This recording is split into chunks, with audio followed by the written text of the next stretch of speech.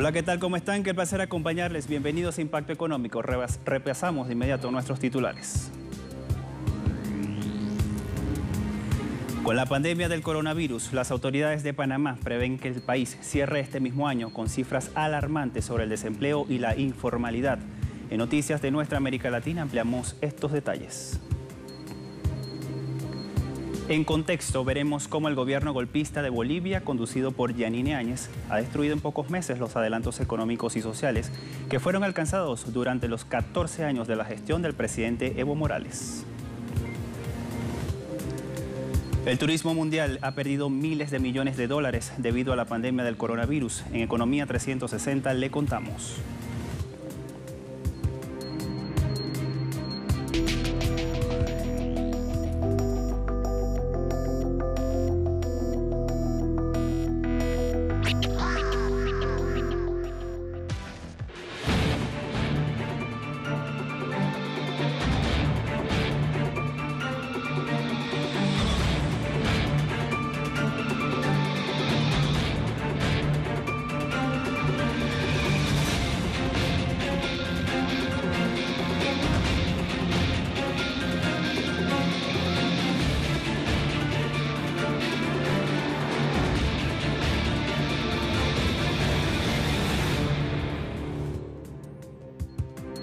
Comenzamos con esta información. En Panamá, la pandemia del coronavirus elevará los índices de desempleo e informalidad en este país en cifras alarmantes, según el reporte del Ministerio del Trabajo.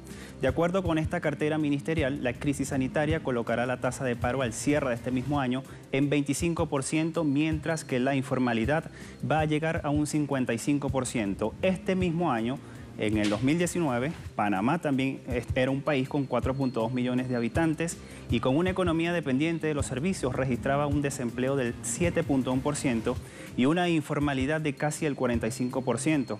En el mismo año, 2019, el país presentó un índice de crecimiento económico de 3%, era la tasa más baja en una década. En total, las autoridades prevén que la cantidad de personas sin trabajo en el 2020 estará entre los 460.000 a 570.000, mientras que la informalidad puede pasar de 716.000 a 787.000 personas. La actividad económica en este país centroamericano está semiparalizada desde mediados de marzo, cuando fue decretado el estado de emergencia.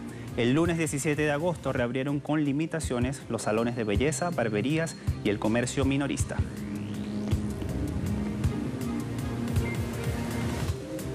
En Costa Rica, una reciente encuesta de la Sid Gallup revela que el 80% de la población de este país se encuentra endeudada, en su mayor parte pertenecientes al género masculino, según el estudio de miles de hábitos de créditos, endeudamiento y ahorro.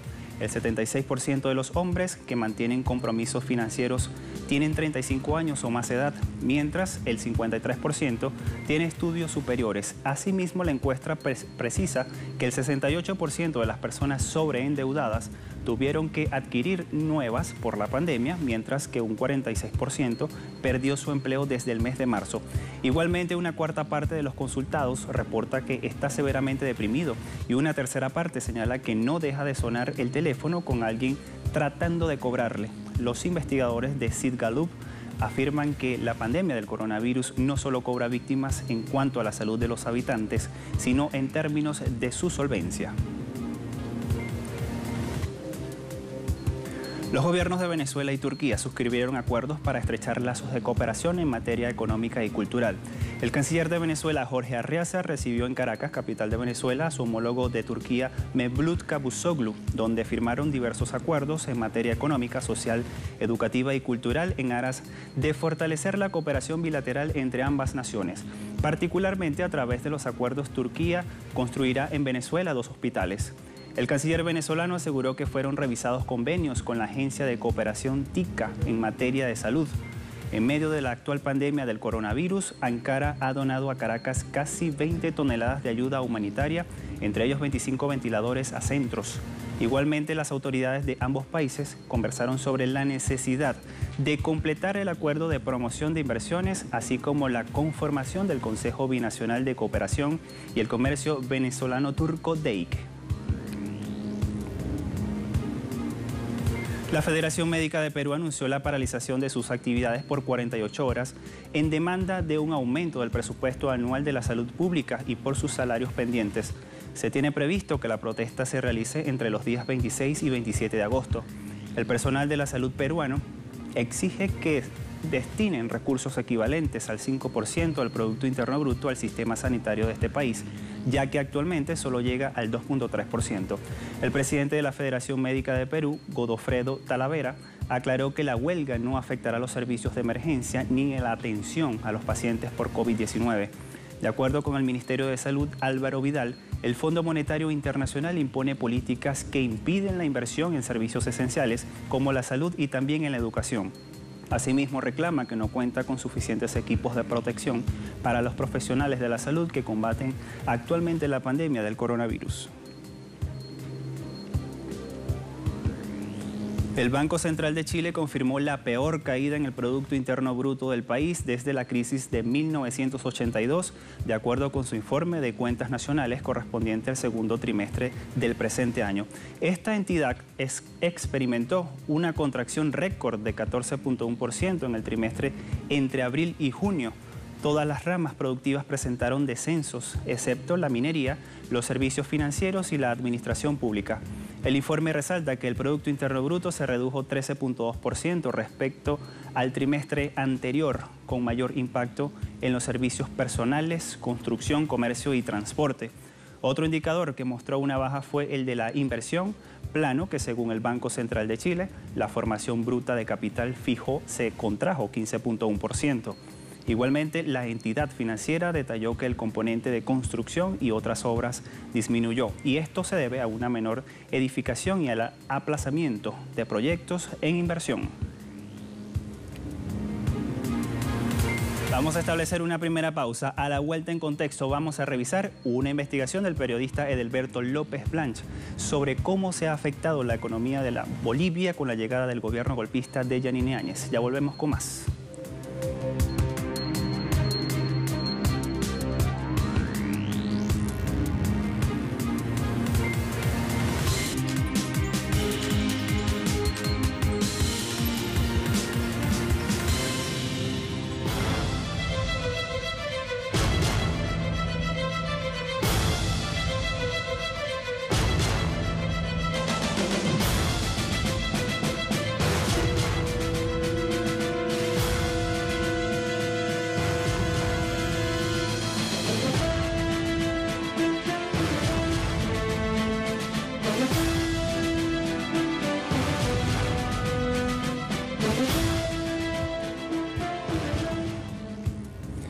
En el transcurso de 9 meses del gobierno golpista de Bolivia, conducido por Yanine Áñez, fueron destruidos los adelantos económicos y sociales que habían beneficiado al pueblo del Estado plurinacional durante los 14 años de la gestión del presidente Evo Morales.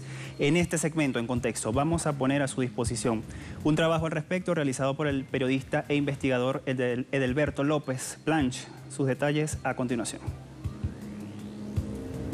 De acuerdo al periodista Edelberto López Blanch, tras el golpe de Estado en noviembre de 2019 contra el presidente Evo Morales, las fuerzas de derecha junto a los militares desataron una fuerte represión contra los miembros del movimiento al socialismo y de miles de manifestantes que repudiaron la asonada. De esa forma, Bolivia enfrenta 2020 como su peor año económico en décadas, con una ola de despidos de trabajadores y el cierre o la reducción de empresas que se agudizaron con la pandemia del COVID-19. Con el fin de mantenerse en el poder, debido a que las encuestas dan al partido Movimiento al Socialismo como ganador en las elecciones presidenciales, la derecha volvió a cambiar la fecha de los comicios por cuarta ocasión, ahora para el 18 de octubre, lo cual ha provocado la inestabilidad completa del país con manifestaciones y paros indefinidos de organizaciones obreras y sociales.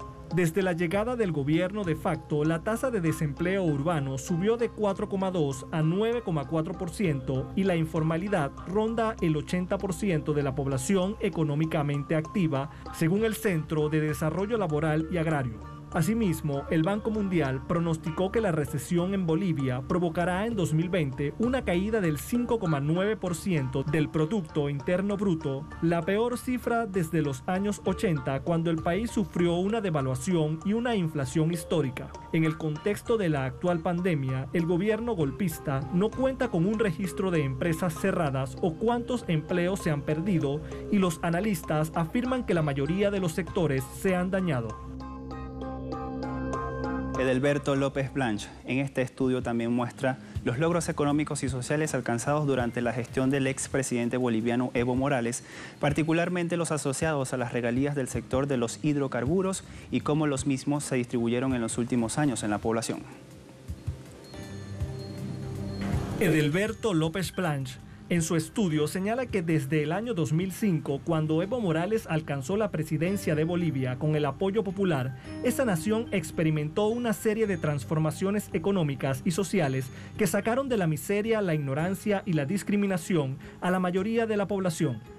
Los logros fueron posibles, según Blanch, gracias a la nacionalización de la industria de los hidrocarburos en 2006 por parte de Morales, quien estableció una política de retención del sector dividido en 50% de regalías, 7% en ganancias recuperables de empresas operadoras de YPFB, así como el pago de impuestos y patentes. De esa forma, el Estado se apropió del excedente económico, cuyos recursos se invirtieron en la construcción de una economía de base productiva y se distribuyeron a través de bonos a la población, inversión pública, aumentos salariales y subvenciones para erradicar la pobreza y reducir las brechas entre ricos y pobres. El investigador también indica que en 2005, 4 de cada 10 bolivianos vivían en condiciones de extrema pobreza sin satisfacer sus necesidades básicas alimentarias. En 2019, ese índice disminuyó a la mitad, es decir, solo 2 de cada 10 personas aún vivían en esas condiciones.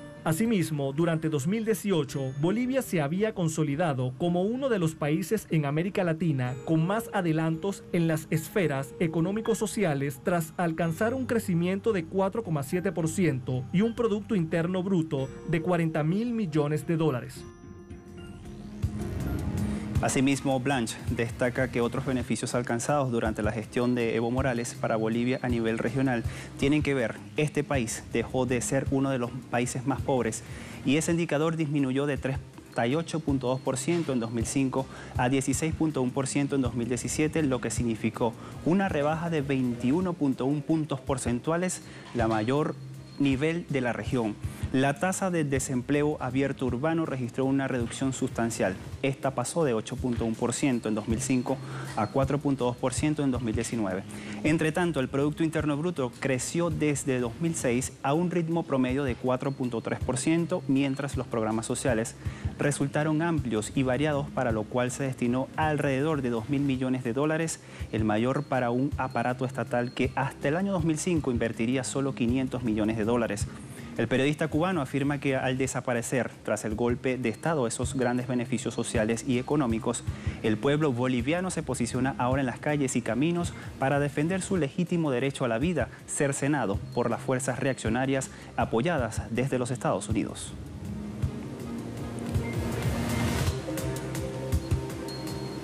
A la vuelta de esta pausa, en nuestro segmento Economía 360 vamos a revisar las pérdidas que ha tenido el turismo a nivel mundial debido a la pandemia del coronavirus. No se aparte, ya volvemos con más de Impacto Económico.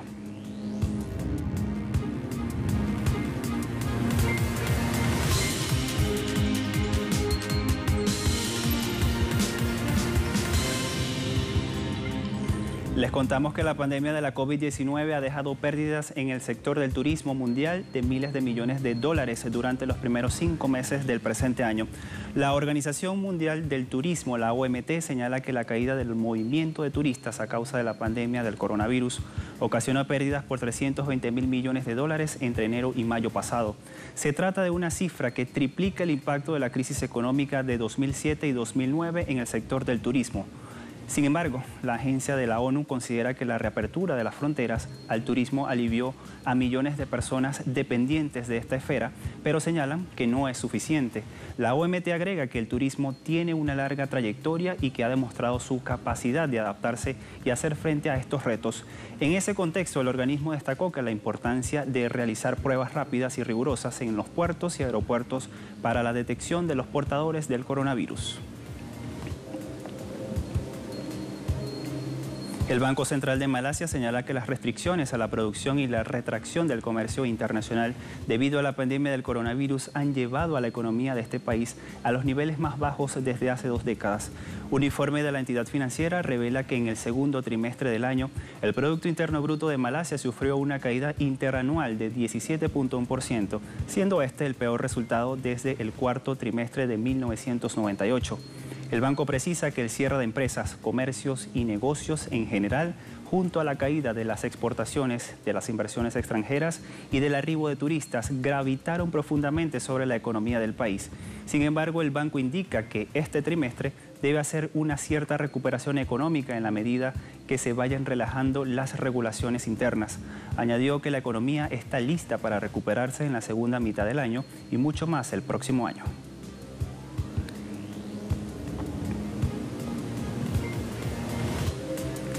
El fabricante aeronáutico estadounidense Boeing informó que realizará recortes a la plantilla adicionales a los que anunció el mes pasado en respuesta a la caída de las demandas de aviones provocada por la pandemia del coronavirus.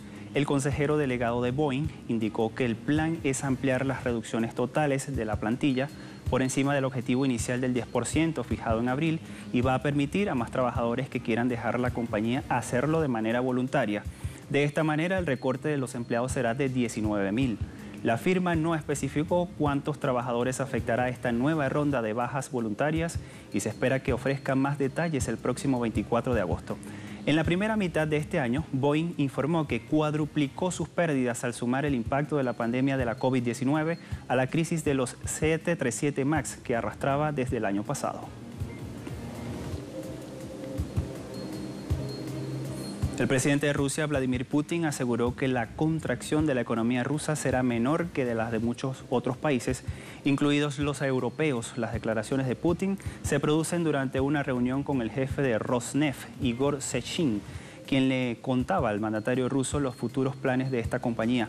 Asimismo, el mandatario ruso destacó que tarde o temprano la economía del país crecerá y también lo hará la de los otros países, lo que a su juicio será necesario responder al desafío que representará el crecimiento de la economía mundial. Y sumamos otra información de Rusia. El líder ruso de la petroquímica Sibur lanzó las obras preliminares de una gigantesca fábrica en el extremo oriente ruso construida en asociación con China. La nueva fábrica, que estará terminada en el año 2024, supone una inversión de unos 11.000 millones de dólares, realizada en forma de coempresa entre Sibur 60% y el aporte de China será 40%. Estamos hablando de Sinopec, que también es accionista de Sibur, como lo venía diciendo. En esta nueva empresa se va a llamar Amur GCC y espera producir 2.7 millones de toneladas de polímeros, duplicando así su producción de las 3/4 partes que estarán destinadas al gigante asiático. Asimismo, esta compañía espera fabricar productos de plásticos muy demandados en todo el mundo. De esta manera, la rusa Sibur lanza su segundo proyecto de fábrica de gigante de polímeros. Recordemos que la primera está en Siberia Occidental y vende sus productos al mercado europeo. El extremo oriente ruso es escenario de varios proyectos de envergadura que materializan la voluntad de Moscú de una mayor cooperación económica con China.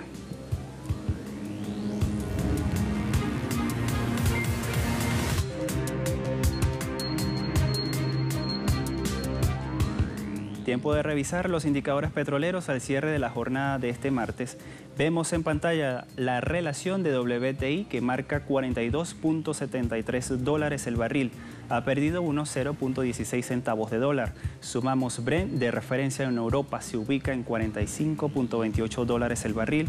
Ha perdido 0.09 centavos de dólar. Y por último, el crudo OPEP, $44.94, tiene una baja de 0.32 centavos de dólar.